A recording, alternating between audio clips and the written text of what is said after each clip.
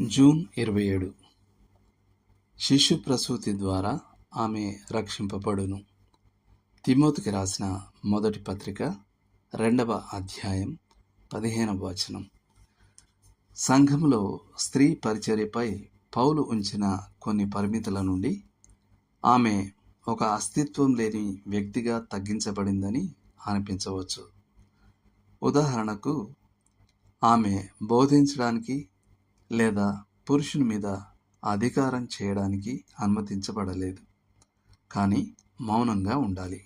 12వ వచనం. కొందరు ఆమె క్రైస్తవ విశ్వాసంలో ఒక తక్కువ స్థాయికి దిగజార్చబడిందని తీర్మానించవచ్చు, కానీ 15వ వచనం అటువంటి అపార్థాన్ని తొలగిస్తుంది. ఆమె ప్రసవించుట వలన రక్షింపబడును. స్పష్టంగా ఇది ఆమె ఆత్మరక్షణను సూచించడం లేదు, కానీ సంఘంలో ఆమె స్థానం యొక్క రక్షణను సూచిస్తుంది. దేవుని కొరకు కుమారులను కుమార్తెలను పెంచే అత్యంత ముఖ్యమైన ఆధిక్యత ఆమెకు ఇవ్వబడింది. విలియం రాస్ వాలస్ ఇలా అంటాడు: ఉయ్యాలను ఊపే చెయ్యే ప్రపంచాన్ని పాలిస్తుంది. దాదాపు ప్రతి గొప్ప నాయకుని వెనుక ఒక గొప్ప తల్లి ఉంటుంది. సూసన్నా వెస్లీ ఎప్పుడైనా ప్రసంగ పీఠం నుండి పరిచర్య చేసిందో లేదో సందేహమే, కానీ ఇంట్లో ఆమె పరిచర్య ఆమె కుమారులలో ఇద్దరైన జాన్ వెస్లీ మరియు చార్ల్స్ వెస్లీ ద్వారా ప్రపంచ వ్యాప్త ప్రభావాన్ని చూపింది. మన సమాజంలో చాలామంది స్త్రీలు వ్యాపార లేదా వృత్తి ప్రపంచాల్లో మరింత ఆకర్షణీయమైన వృత్తుల్ని ఏర్పరచుకోవడానికి ఇంటిని విడిచిపెట్టడం ఒక ఫ్యాషన్గా మారింది. వారికి ఇంటి పని నిస్తేజంగా, కుటుంబాన్ని పెంచడం ఒక అనవసరమైన పనిగా కనిపిస్తుంది. ఒక క్రైస్తవ మహిళల భోజన సమావేశంలో సంభాషణ భవిష్యత్ కార్యాచరణ అంశం వైపు మళ్ళింది.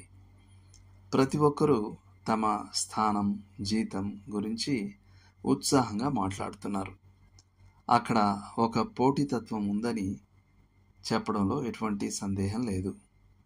చివరగా వారు ముగ్గురు దృఢమైన కుమారులున్న ఒక గృహిణి వైపు తిరిగి, నీ భవిష్యత్ ప్రణాళిక ఏంటి అని అడిగారు.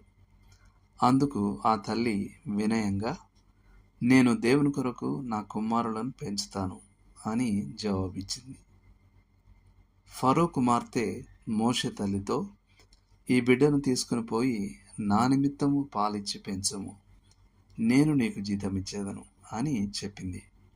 నిర్గమకాండం 2:9. బహుశా క్రీస్తు న్యాయపీఠం యొద్ద గొప్ప ఆశ్చర్యాల్లో ఒకటి, ఆయన కొరకు మరియు నిత్యత్వం కొరకు బాలురను బాలికలను పెంచడానికి తమను తాము అంకితం చేసుకున్న స్త్రీలకు ప్రభువు చెల్లించే అధిక జీతాలే కావచ్చు. అవును, ఆమె ప్రసవించుట వలన రక్షింపబడును. సంఘంలో స్త్రీ స్థానం బహిరంగ పరిచర్య కాదు, కానీ బహుశా ప్రభు దృష్టిలో అన్నిటికంటే శ్రేష్టమైన పరిచర్య. దేవుడు మిమ్మును దీవించును గాక.